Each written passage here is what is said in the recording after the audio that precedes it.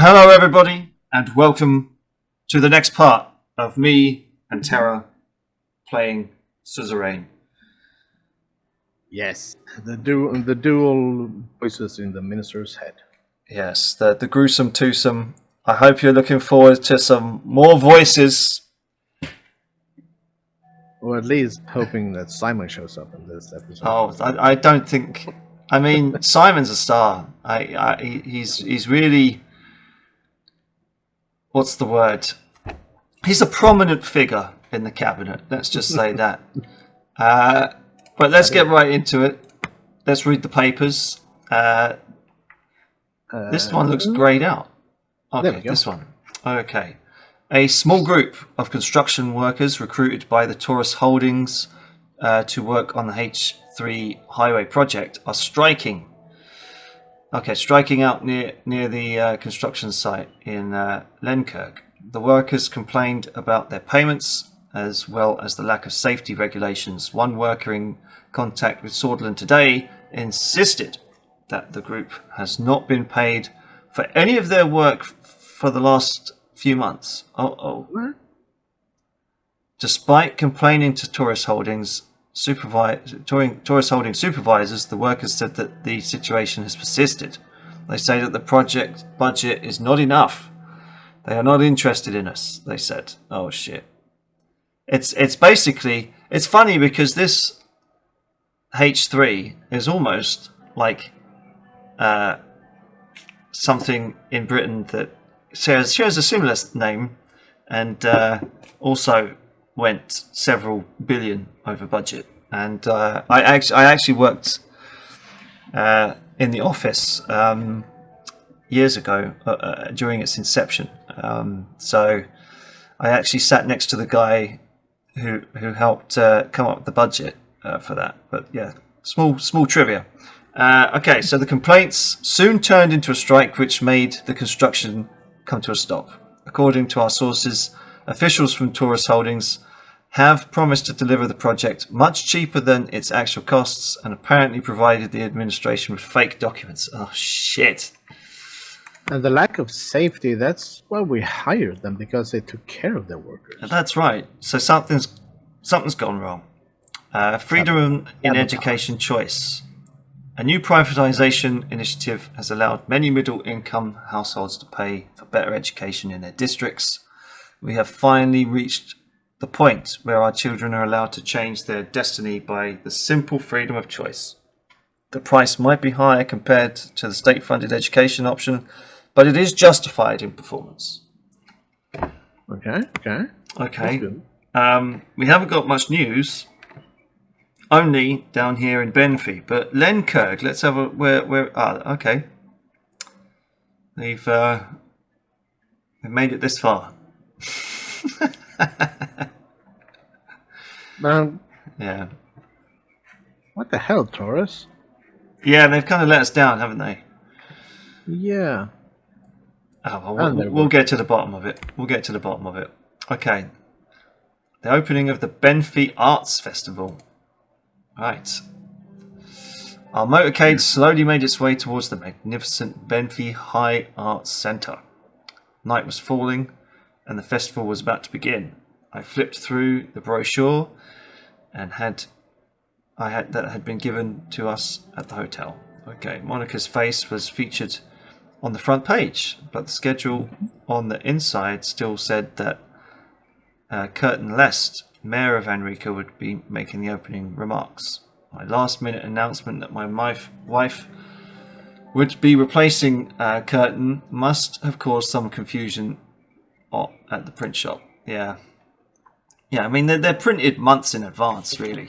They're not changed overnight. The Benfi Festival was one of the biggest events of the year. It originally marked the start of the annual religious pilgrimage, a weeks-long journey still undertaken by devout Neurists, but today was better known as a cultural celebration that drew thousands of revelers to the sea. I'm sure I'm not the only one who read Nudist. There were film screenings, concerts, theatre and dance performances, art exhibitions and celebrity-studded nightly galas. The opening ceremonies were broadcast on TV and watched by millions. As the cast load, a coterie of reporters and security guards rushed to meet us. I turned my attention to Monica. She nervously eyed the waiting crowd. Don't mess this up. Wow. Just hold her hand, you know. Yeah. I took her hand in mine and gave it a firm squeeze. She smiled and turned her head to look out the window once again. As soon as Sergei opened the door, we were enveloped by a roar of the crowd. The next few minutes were a blur of handshakes, photographs, and reporters' questions. The onlookers cheered as we walked the red carpet to the newly built art centre. We followed the guards through the cavernous white halls until we came to a set of arched doors leading to the auditorium. We waited outside as security did a quick sweep of the area, then headed in. So, this is it? I will finally stand at the same platform as you. A platform where Swordland's women will have their voices heard and acknowledged for the first time.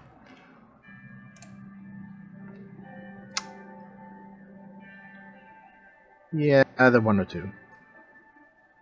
Yeah, it's not a performance, so we can say good luck. It's fine. The two of us proceeded to the podium. I spoke first, delivering a short paragraph about the importance of Benfi and the festival to Swordland. I then introduced Monica. Thunderous applause echoed around the auditorium as she stepped to the microphone. I exited the stage and found my seat, right next to Curtin Lest. Ladies and gentlemen, as the First Lady of Swordland, I welcome all of you to the Benfi Festival. The crowd erupted again, clapping and cheering. Curtin Lest leaned over and hissed into my ear. Mr. President, I am afraid you have made a great mistake. There will be consequences. Are you threatened? Just, I don't know. I think we should just, No, maybe we shouldn't ignore him because that might actually make things worse. And threatening back might also make things worse. But if we could engage him in conversation and maybe sway him over. Well, your wife's speaking. You know, if our wife is speaking, we're going to give her our full attention, and maybe not make a scene. You know, there's reporters watching after all. But assuming that reporters are quite a bit away, they can only see me and Mr. Lesty, however it's pronounced, chit-chatting, and that might maybe smooth things over a little bit. I don't know. I think. Just I kind of feel that either ask him if he's threatening us or ignore him might actually piss him off more. Let him be pissed off. At the same time, I do agree that we should focus our attention to our wife. Yeah. That she does her first speech. Yeah, because otherwise, what if she doesn't realise what's going on and she just, you know, in the car on the way back home, she was just like, I made my speech and you were talking all the way through it. Well, I doubt we're talking that loud. I don't know. I want to ignore him. You know, if we want something to say, we can say after the speech. But maybe he doesn't want to talk to us then. Maybe just there will be consequences and then he leaves. Like, okay, so I guess we have another enemy. He's the mayor of a provincial town. How bad could he be? Well, I guess we'll have to wait and see. I just want to ignore him and just listen to the woman speak. All right, let's do it. I did not pay any attention to Curtin and simply pretended not to hear him. Your little stunt has lost you my support in the assembly. See? I kept my eyes on the stage. When the applause subsided, Monica resumed her speech. This festival holds a very important place in all of our hearts. It is a celebration of art, music, theater, but above all, It is a celebration of the people of Benfi, of their free and open-minded spirit. As we all unite for the festivities, we must not forget the values that have inspired them. Today marks the beginning of the Week of the Spirit, a time for vitality, growth, and new beginnings. The crowd was hanging on to her every word, but the mayor of Anrica and his entourage didn't seem as impressed. I stand on this podium today to speak about change, about a new beginning in our society. Swordland calls itself a free country, yet half of its citizens are still barred from enjoying the same freedoms that the other half takes for granted. I refer to myself and my fellow women. Rumble went through the crowd, scattered applause mixed with murmurs of discontent. To truly move forward, we must make a break from old traditions and strive forward towards equality for all. Equal rights, equal pay, equal access to education. Uh-oh. Enough! Tyre Hall fell silent. The mayor of Anrica rose and spoke. Yeah, she could have touched on, equality and stuff, but yeah, it's an arts festival. Yeah, I'm expecting her to chew him up and spit him out. You reckon? Okay, your money's on that, huh? We married a badass. Okay. I will not let this woman besmirch the traditions upon which our great country was built. Wow.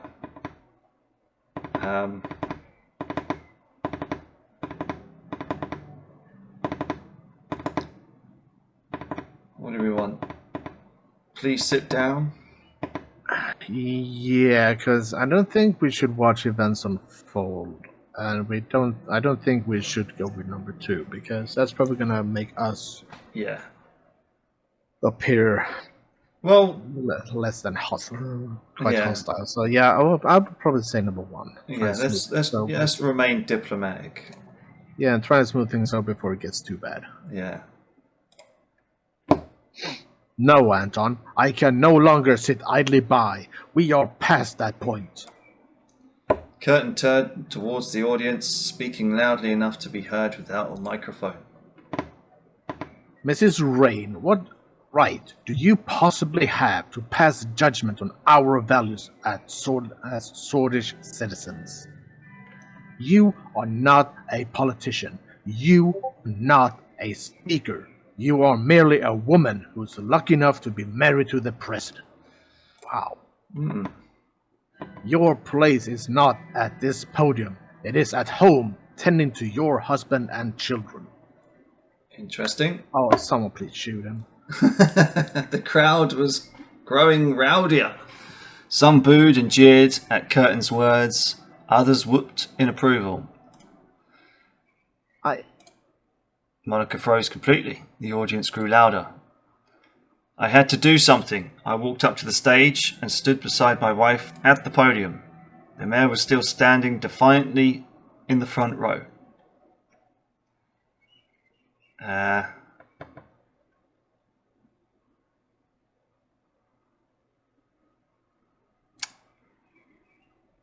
Yeah, number 2. Yeah. I will not stand idly by as our Swordish values are being tested. Especially by our very own president and his harlot of a wife. Okay, now he probably does deserve a punch for calling our wife a harlot.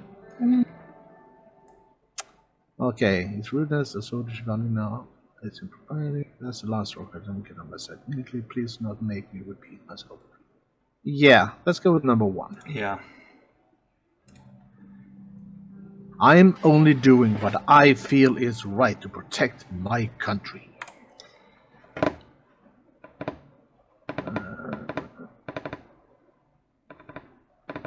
Number 2. Yeah. Because doing that in public is kind of... Yeah. Maybe it wasn't his best choice. Yeah, he shouldn't be he may have his values, but there's a way to articulate them better than, And than he called this. our wife a harlot. Exactly. Her ideas are dangerous, Anton. They lead us down a dark path. Interesting. Ooh. Ooh, number one is nice. Wow.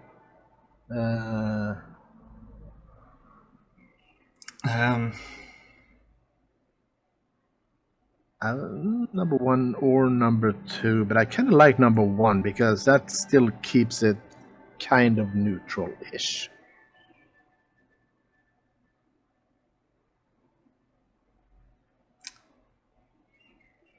Yeah.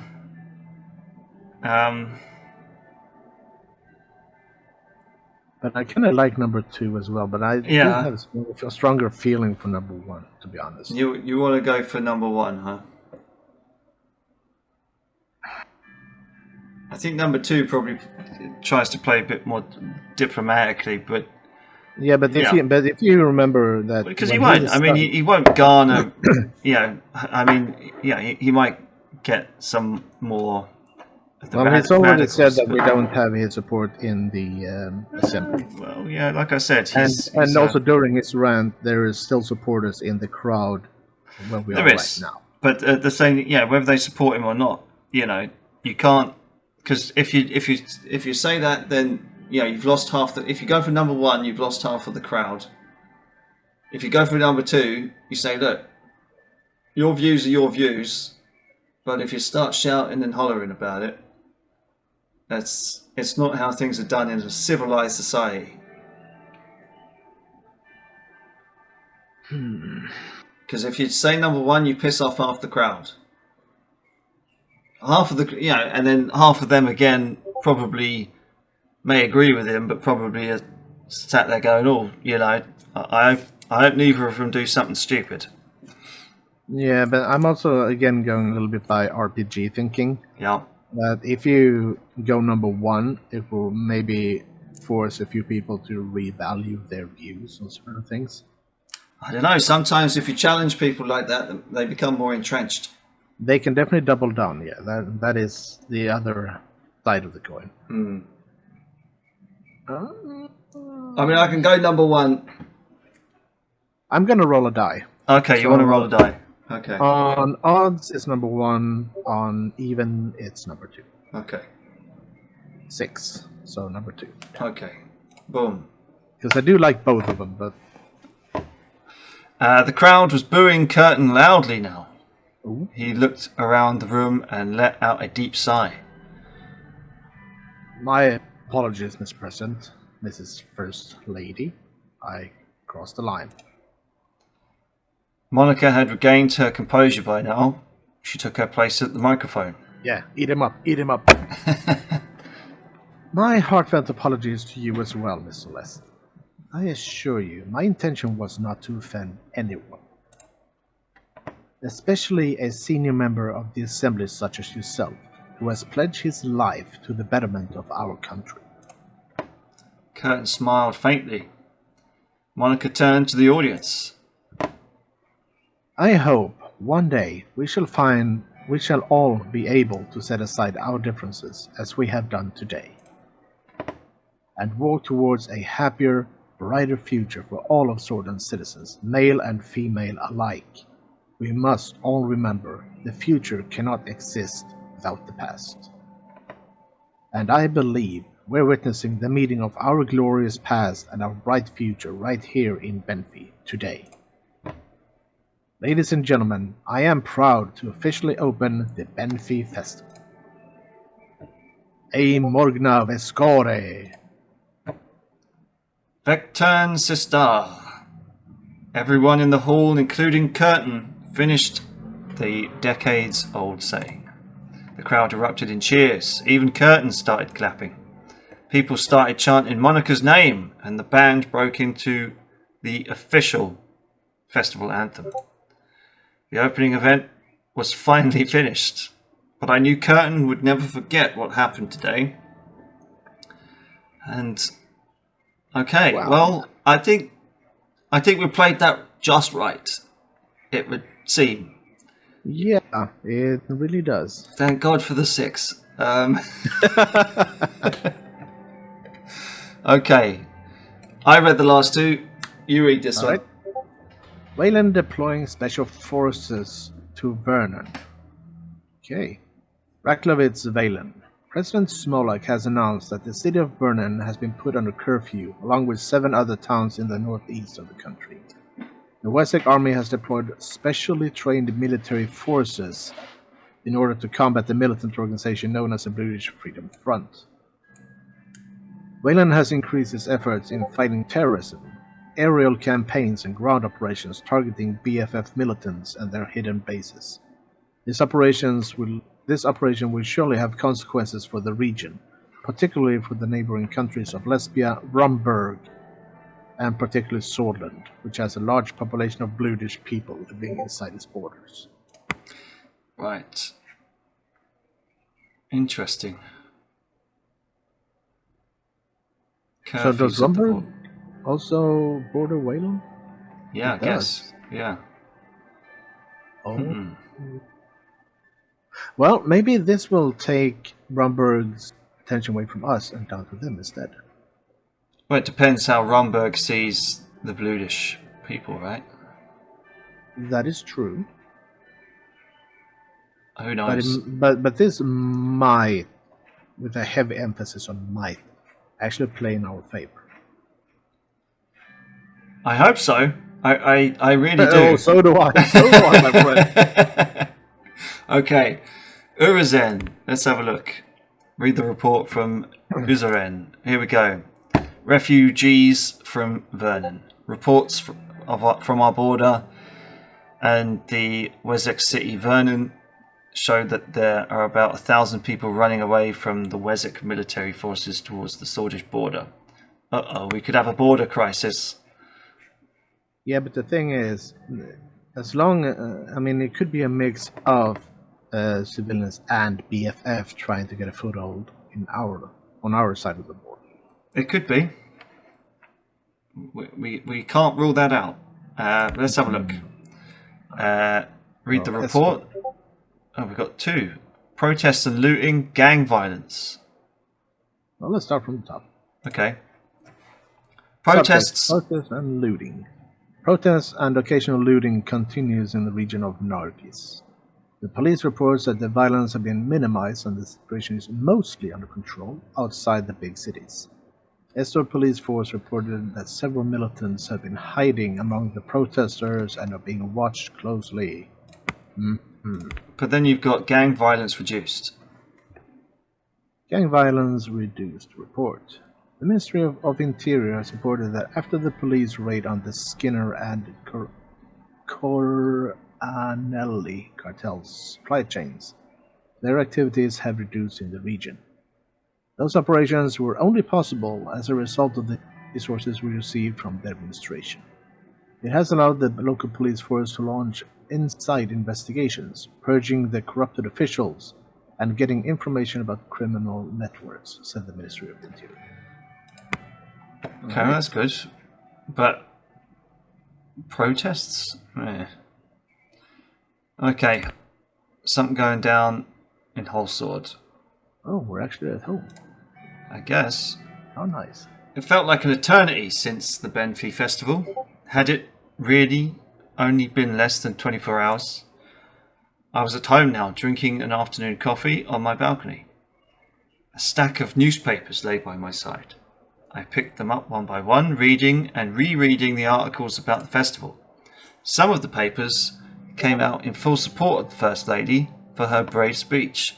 Others, however, took Curtin's side. Nearly all of them agreed that the First Lady had acquitted herself very well following the interruption. I was putting the last newspaper down as Monica joined me on the balcony.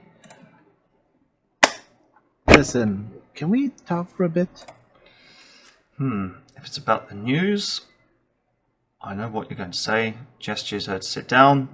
Of course. What is it? Here we go. Monica sat and picked up the nearest newspaper. She pointed to a particularly insulting headline on the front page.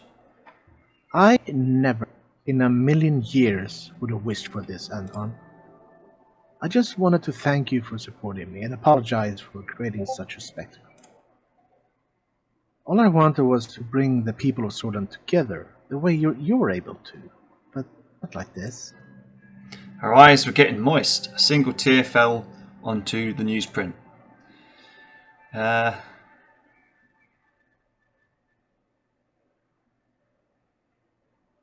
Oh, okay. Hmm. If you're going to succeed in this, you have to be stronger. I know you can be. It's okay. Everything is under control. Wipe your tears away. I did warn you, but you were always stubborn. I'm never too good with the men are from Mars and women are from Venus bit. Yeah. I think we go number 3 because I kind of feel that she has more to say. Yeah, maybe. I leaned forward and wiped her tears from her eyes. She clasped my hand to her face. Oh, Anton. I've been waiting for you for forever to be like that, Terra. You know? Oh, Dave. Her eyes filled with gratitude. I could see she'd wept as little as I had since the festival. Right. Thank you. Oh dear. One more thing. You know how stubborn I can be. Ah, there we go. She admitted it herself. When I gave that speech, I saw hope in the eyes of all the women in the audience. This is the right path for me, Anton. I want to officially adopt this cause as First Lady, to actually get involved in politics, not just give impromptu speeches. I could even help your education minister with those reforms she's working on. Oh, we got a Michelle Obama on our hands. That's not necessarily a bad thing. No, it's not actually. No, she's fairly all right. Yeah. I know this is something you're passionate about as well. Can I count on you?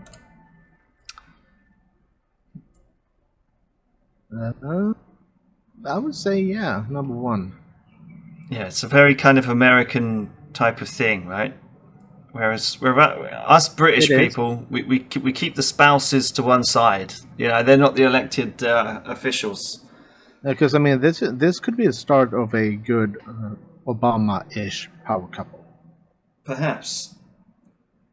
But then you get the backside of it with the celebrity like criticisms. You know. Well, we basically had that since we started the game. Anyway. I suppose so. But yeah, I mean, you're cool on this one. If you want to go 1, we'll go 1. But I'm more British, where we tend to keep the spouses in the day job. I kind of like number 1, both because it brings, hopefully bring our wife and us to more close together. Yeah.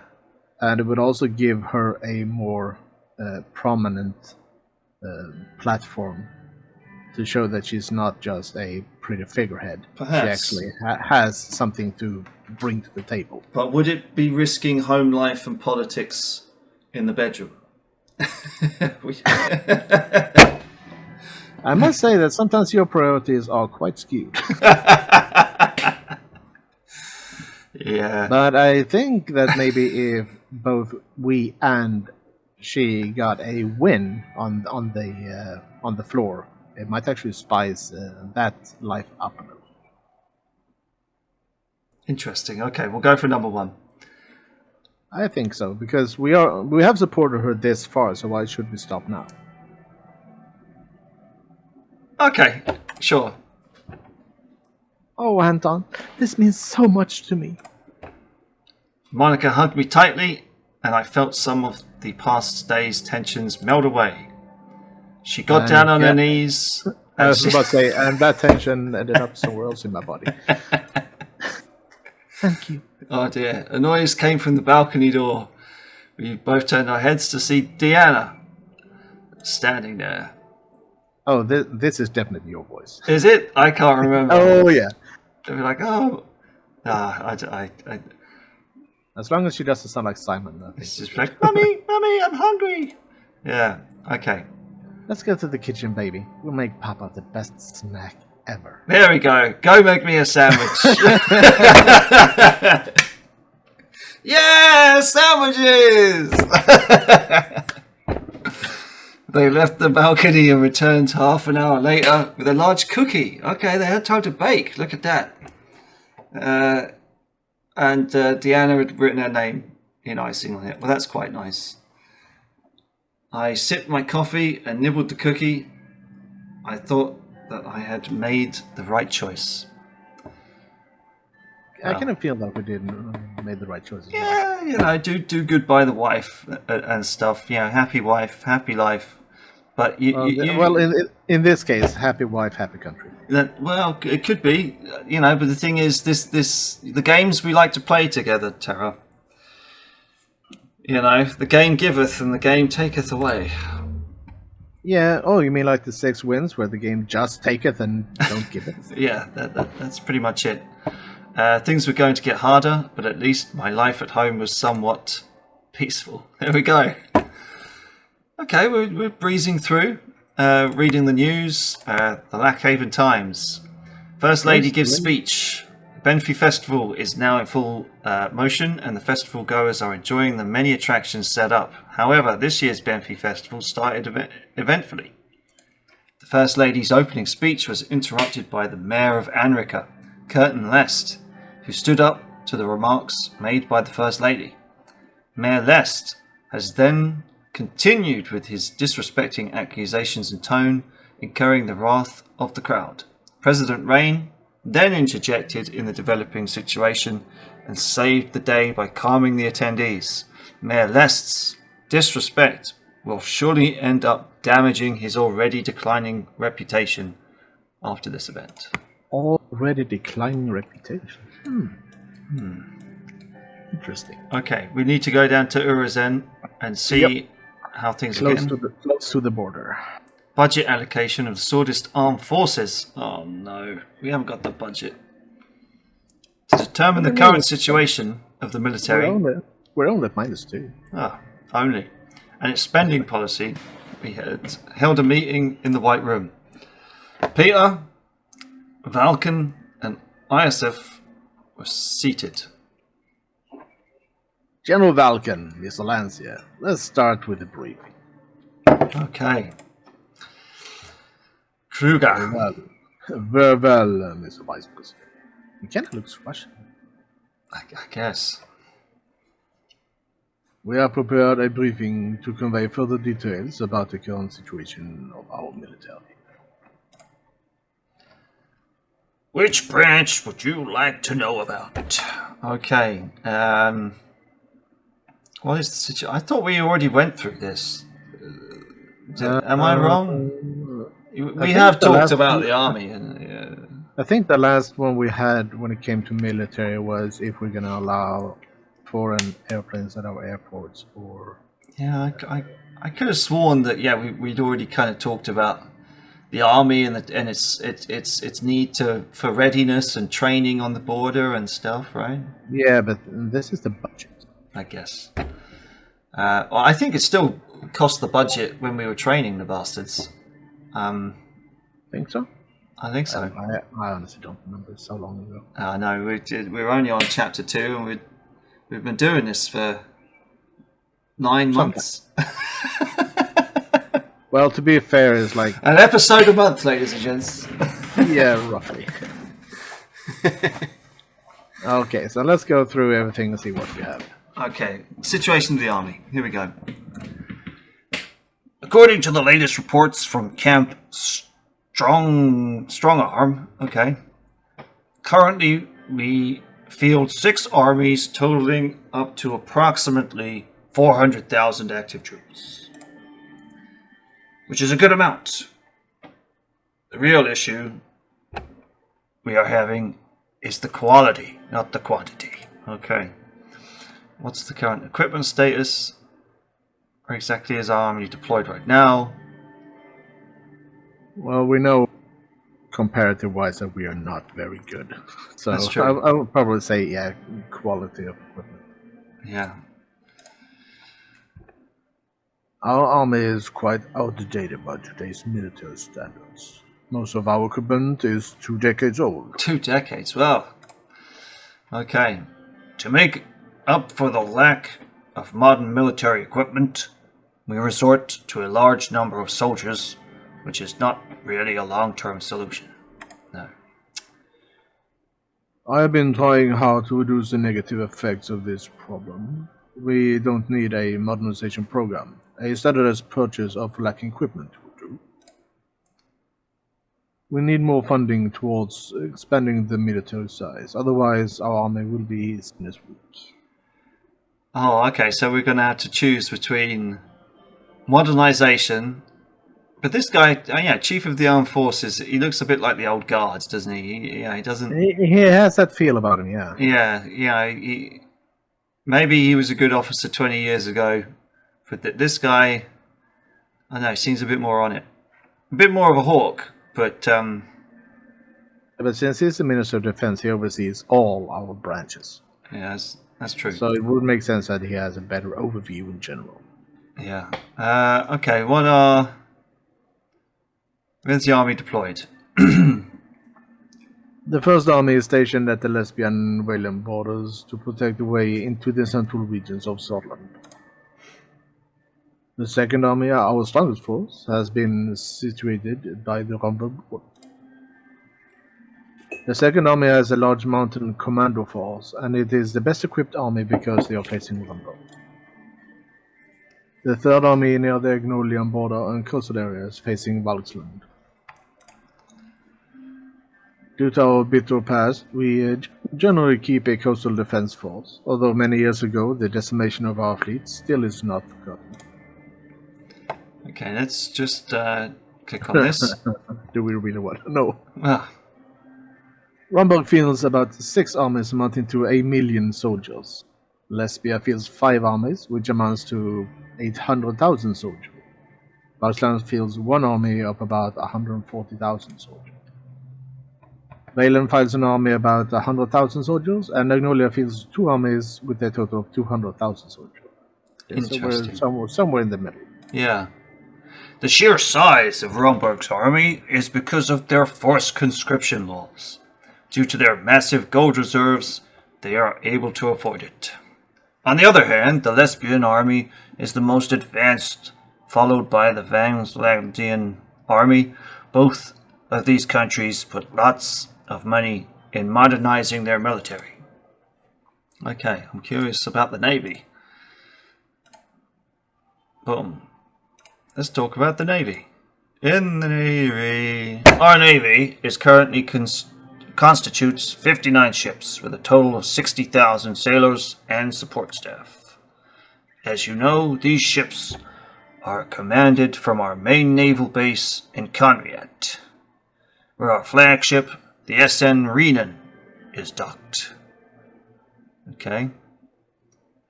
Boom. Let's go from top to bottom as usual. Yeah, I guess. Our navy is dwarfed by the size of the Icelandic navy, which has 194 ships. The Agnolian navy that has 81 ships. Wow. We only surpass Lesbia in terms of our navy, as they have less than 40 ships. As you see, the situation is dire. The solution is not just more ships. To make a truly better navy, we need to equip our ships with modern radar and sonar systems. More outdated ships wouldn't mean much. Okay. Where do we patrol? We are patrolling the Markian Sea, the Grey Strait, and the Antician Sea. Our navy protects all our coastal regions, however, to make sure we are not thinning out our defenses. We prioritize certain regions over others, like Greater Holsworth. We often patrol the routes that are close to the shipping lanes, especially Markian Sea and Grey Strait. The amount of cargo that goes through the area is eye-opening. Another thing to note is, after the takeover of Helgeland,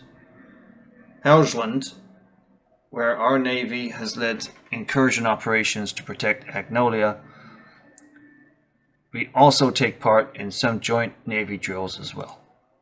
Okay. Another thing to note is after the takeover of Helgeland, where our Navy has led incursion operations to protect... Okay, interesting. The Air Force now. Can you provide the details of our Air Force? Our Air Force currently has 410 planes in the inventory, out of which 140 are jet planes that are not in great condition. 300,000 pilots and support staff work in the Air Force, and they are commanded from the Mark Air Force Base in Ellery. Okay.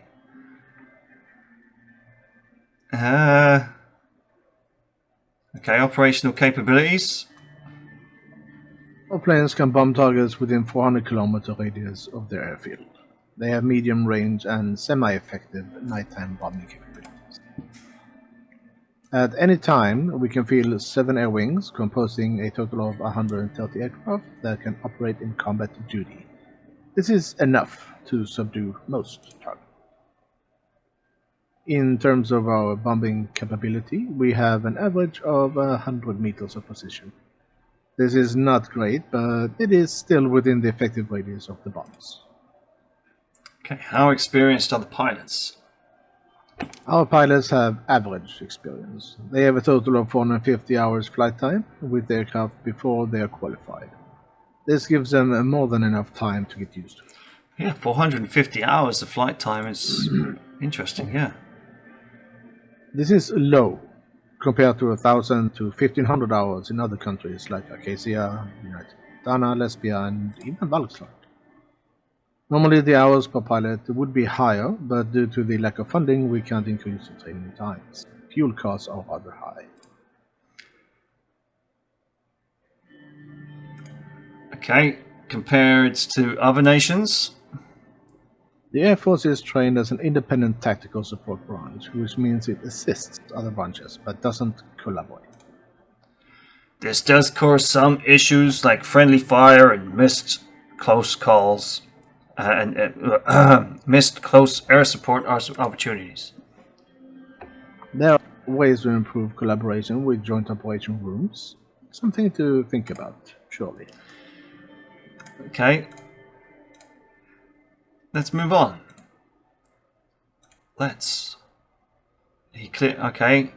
Lancia cleared his throat. The Ministry of Defense is disappointed about the lack of additional funds. We know keeping the same budget for the military would cause some sort of concern from you. Whew.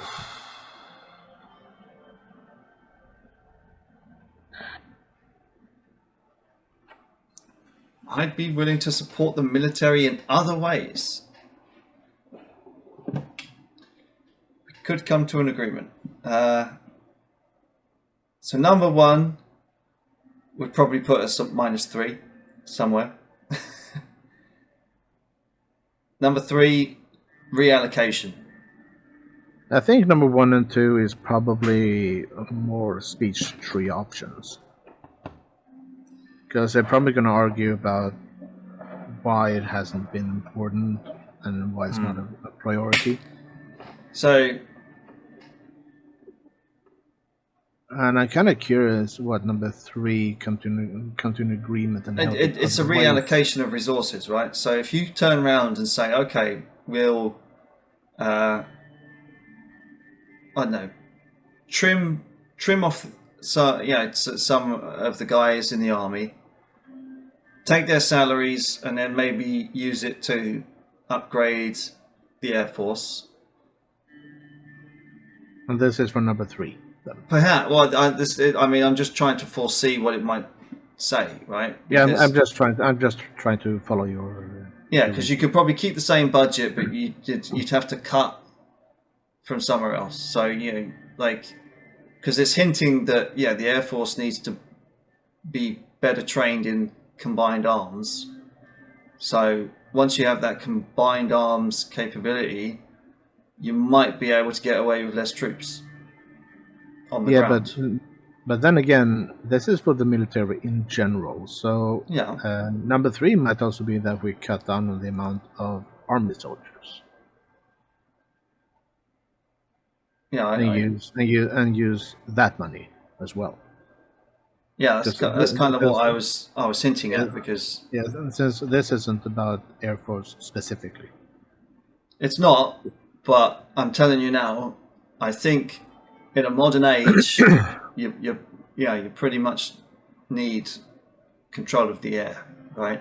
So yeah, I agree. So what we're thinking is number 3 would probably be cutbacks in certain areas, and thereby not affecting the budget. Yeah. But number 1 and 2 might affect the budget in a negative way. Well, I think number 1, you're just dismissing them, and there's no change, so you stick at -2. 2, actually, well, I don't know. I think 2 is the diplomatic one, and you'd stay at -2. I mean, I don't know, man. I think number 3 should probably be explored. Yeah, I agree with you. Yeah. I will go number 3 as well. Okay. I'd be willing to support the military in other ways. We could come to an agreement. We request any support we can get at this point. Okay. The military circle has been moody after they heard the decision.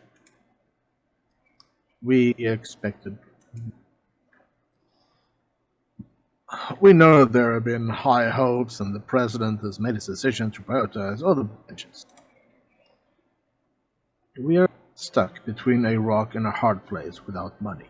The military suffers from budget overextension in order to keep up with other countries. ISF let out a long sigh. No use complaining now, Valken. Let's look at what we can do with what we have. See, he's a practical man. I like him. I have been planning to improve the quality of the armed forces by buying better military equipment. Okay. How would that be possible without funds? It would be. There is one way. Uh-oh. What's he proposing? If we relieve half the forces that could create enough of a surplus, then we can invest in new equipment. Yeah. Half the forces. I mean, that's going to cause an unemployment crisis like you wouldn't believe.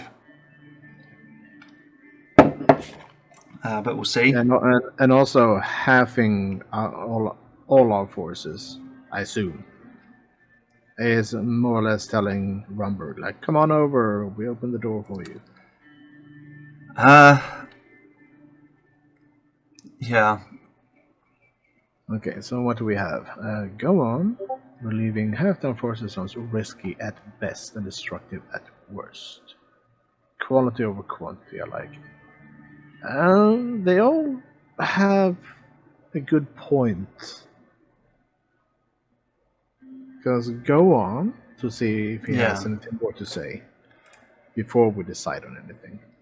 Valken's eyes widened.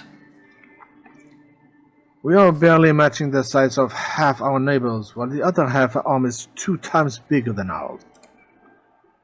How on earth would discharging half the armed forces and buying new gear solve our defense issues? He does raise valid questions. Yeah.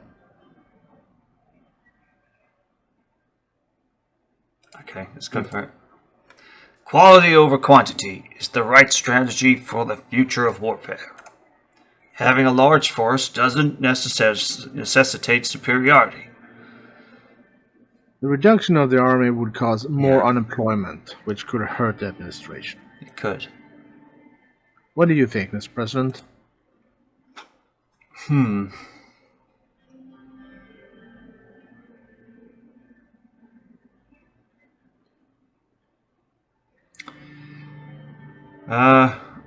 This is the thing. Yeah, Rumberg is rumbling.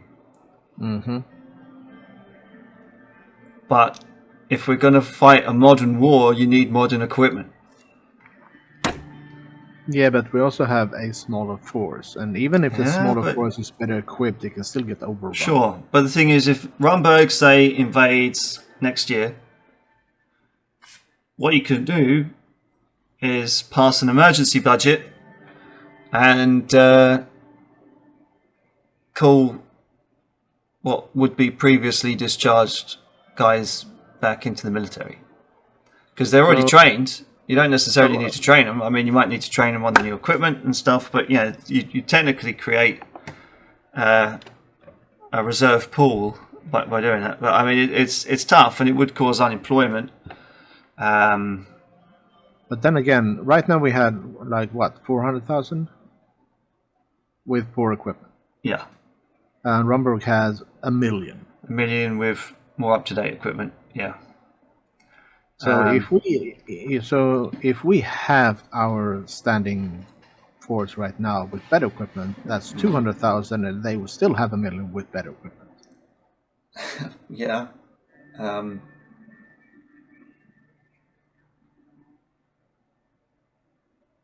this is tricky. And then, as you mentioned, and also as Peter mentioned, we do have the unemployment thing to deal with as well. But okay, let's think about this from what's going on, because you've got Rumberg. That if we restructure, you can provide air support that negates the loss of the guys on the ground. He says that it's a mountain region, so it's defensible, and you could probably, in a mountainous terrain, you could probably make a division act like 3 divisions on the defense. Yeah, but 200,000 is still 1/5. But you've also got that shit going on in the sea, right? Where we had some backwards and forwards stuff going between those two countries, fighting over that island and oil and stuff like that. But I kind of feel that Rumberg is our bigger threat at this time. Without a doubt. But I mean, the thing is, if you restructured and then made sure the Air Force got that money, you could probably try and do your best you can to cover both of those bases. Yeah, but the question here also is, if you look at the wording of option 2, let's reform the army. Does this mean that we have to make decisions regarding all our branches, or is this an overarching for all branches in one go? Well, I thought it would be an overarching thing with all branches, right? Because we were discussing all branches, so... But option 2 specifically says, let's reform the army and create a smaller, better equipped force. I mean, you're not wrong. But, I mean, maybe it just means, the armed forces as an overarching thing. I mean, regardless, they need better equipment. I mean, you can't fight a modern war. We don't want to be like Poland, using winged hussars to fight tanks. No, that is true. Because what I kind of see when I read these two options we have right now, is basically number 2 is more or less we can at least make them pay for invading us. We're gonna lose, but we can at least grind them down a little bit. While number 1 is basically let's just put up a wooden fence and hope that stops it. Well, then, from what you just said, number 2 is the option. That's the only option. I am actually leaning towards that because it kind of makes sense to upgrade as time goes, since our stuff is like, what's it, 2 decades old? Yeah. And if we need to at least try and keep up, we should try and make it more streamlined. And not to draw too many parallels with a certain conflict going on in the world. You know, you got equipment that is of a bygone age. Yeah, fair enough. It's been upgraded in certain capacities, but it is equipment of a bygone age, and upgrading it, as one side is trying to do, in order to outgun the other. I think number 2 is our only option. And I am kind of worried about the unemployment, though. I am worried about the unemployment as well, but maybe the game might just turn around and we might. I don't know. Maybe they'll get to work on the highway, and that is one of the things I love about you, Dave. You're never-ending optimist. You have to be, otherwise. Yeah. Shall we go number 2? Yeah, let's go with choice number 2. Done. Excellent. I shall begin the plans immediately. So yeah, hopefully, Mr. Landseer will not be a lame duck on this one. I can hardly say that I welcome this change. I mean, chairman, he's longest serving and the second most decorated officer in Swordwood. Yeah, he's sometimes you just gotta roll with the times, my man. Exactly. Yeah, he's a good general, but perhaps he should realize that what worked when he was in active soldier duty doesn't really work nowadays because things change. Indeed. Isif and Valken looked at each other. That'll be all today. Yep. Good work, everyone. Boom.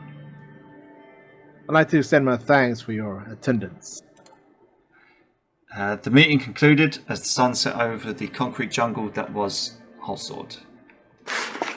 Okay, so part of me is still worried that we actually made the wrong choice, but gotta roll with the times, right? You have to roll with the times. And speaking of time, I think this episode has pretty much just hit an hour long. No, it has. An hour already? It has. It's been an hour. Yeah, it's 10 to 5 now. Damn. Okay, let's go again. Let's go again. We will, and we'll be back on the next one.